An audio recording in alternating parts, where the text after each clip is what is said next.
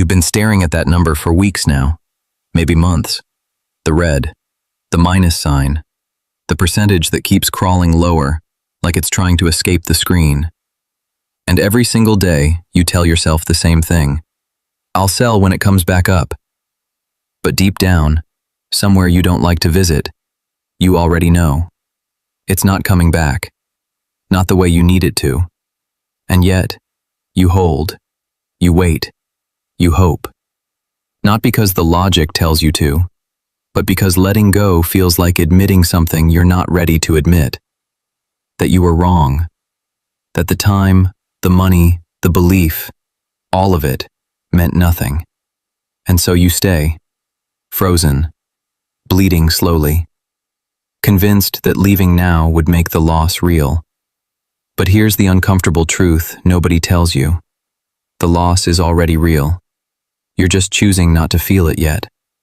And that choice, that silent, stubborn refusal to walk away, is costing you far more than you know.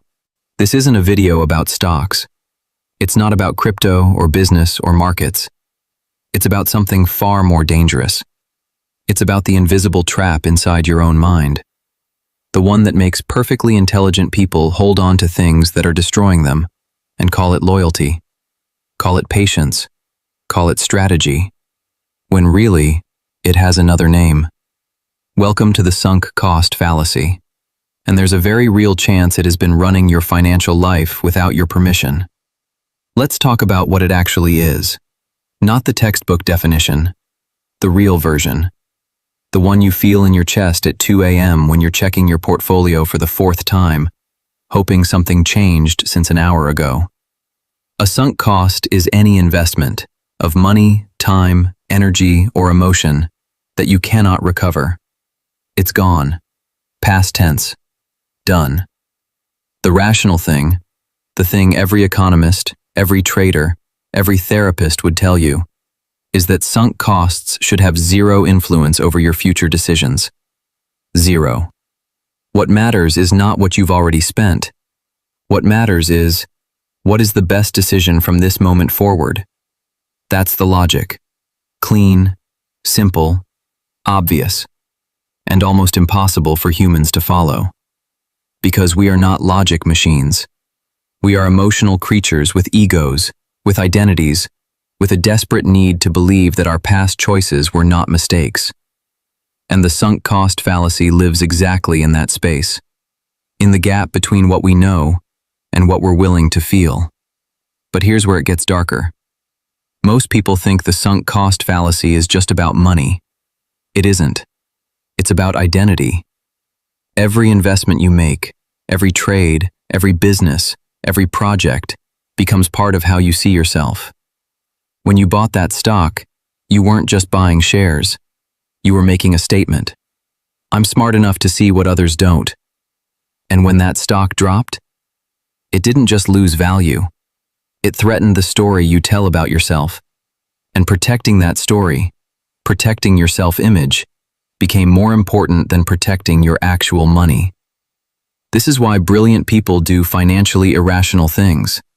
Not because they're stupid, because they're human. And the market doesn't care about your story. It never did. Let me tell you about David. David was 34 years old, working in finance, ironically, when he first invested in a tech startup run by a college friend. He put in $40,000, real money, savings he'd been building for years. The company had a product, a pitch deck, and momentum. For a while, it felt like the right call. Then things started to shift. The product launch was delayed. The revenue projections didn't hold. The friend started sending less frequent updates.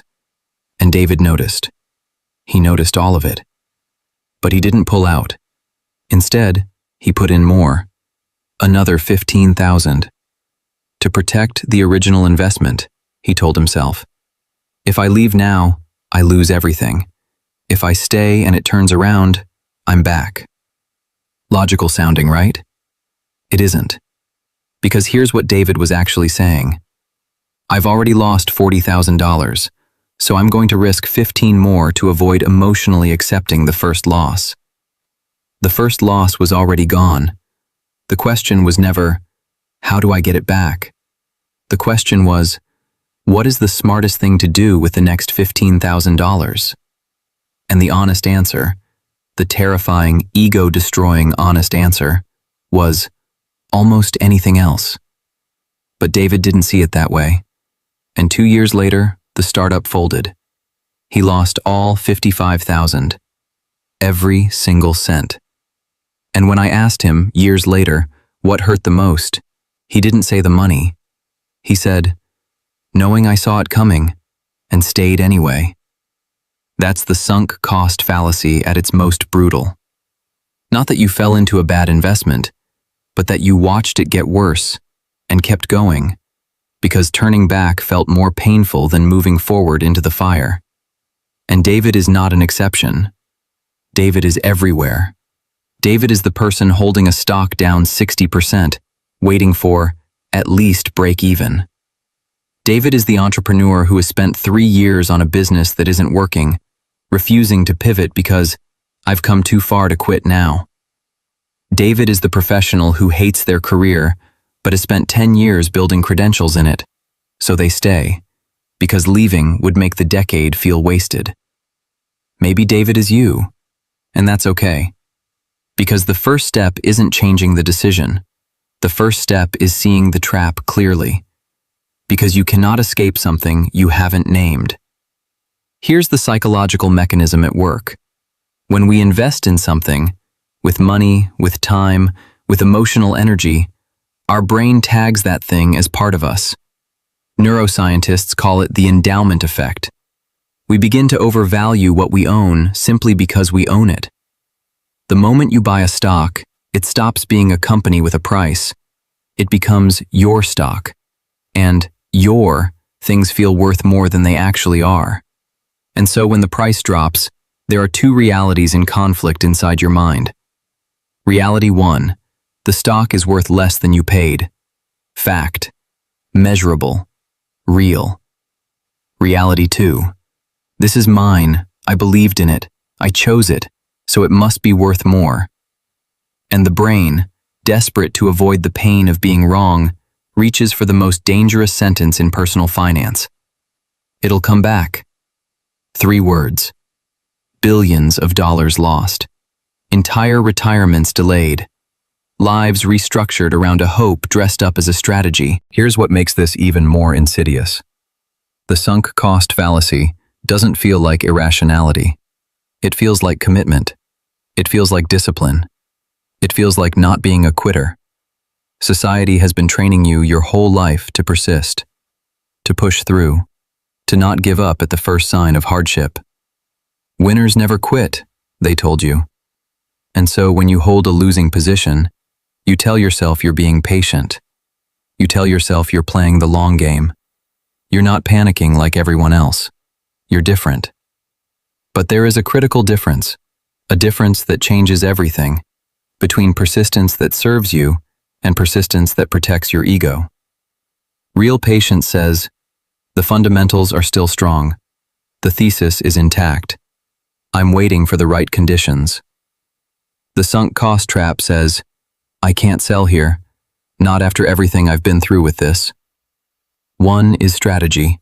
The other is emotional attachment wearing a strategy costume. And the terrifying part is how identical they feel from the inside. You won't always know which one you're doing. That's what makes this so dangerous. Now let me ask you something that might be uncomfortable. Think of the investment you're currently holding, the one that isn't working.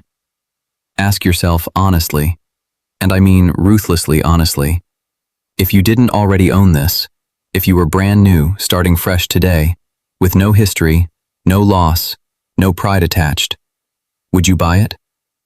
If the answer is no, then every day you hold it is a new decision, a new choice to buy something you wouldn't buy.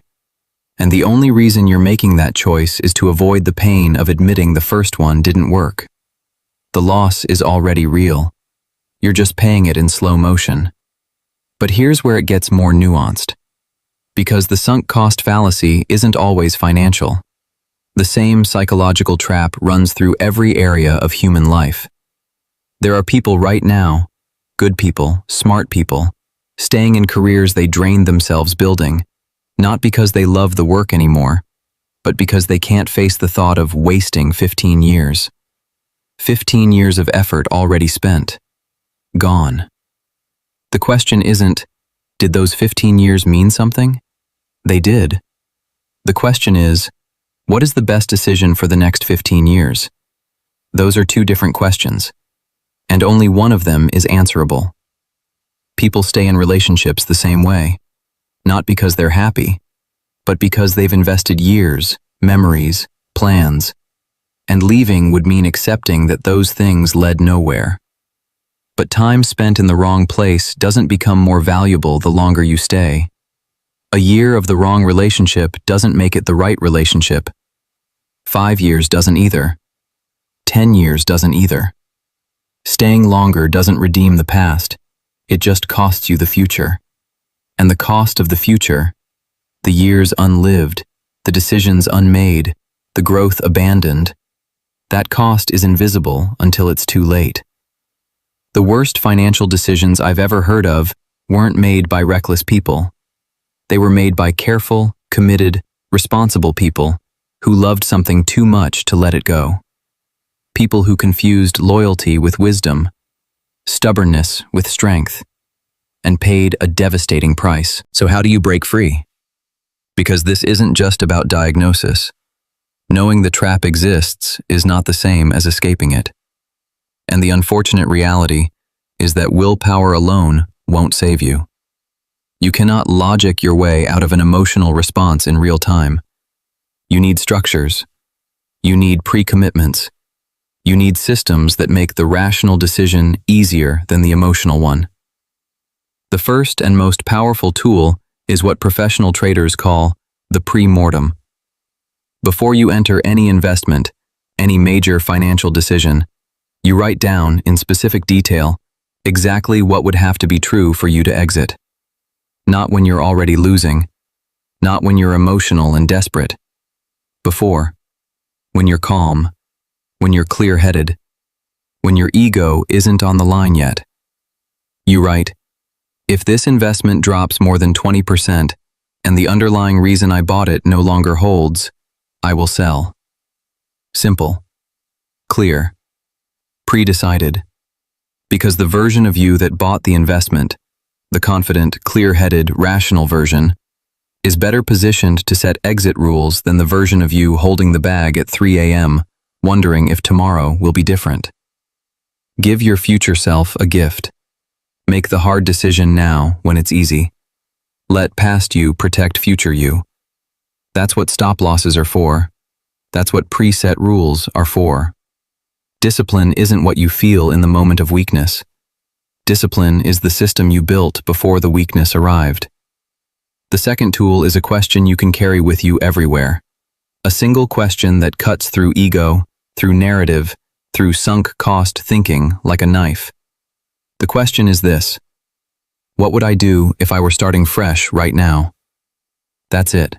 No history, no attachment, no past, just, given what I know today, looking at this opportunity as if I just discovered it, what would I do?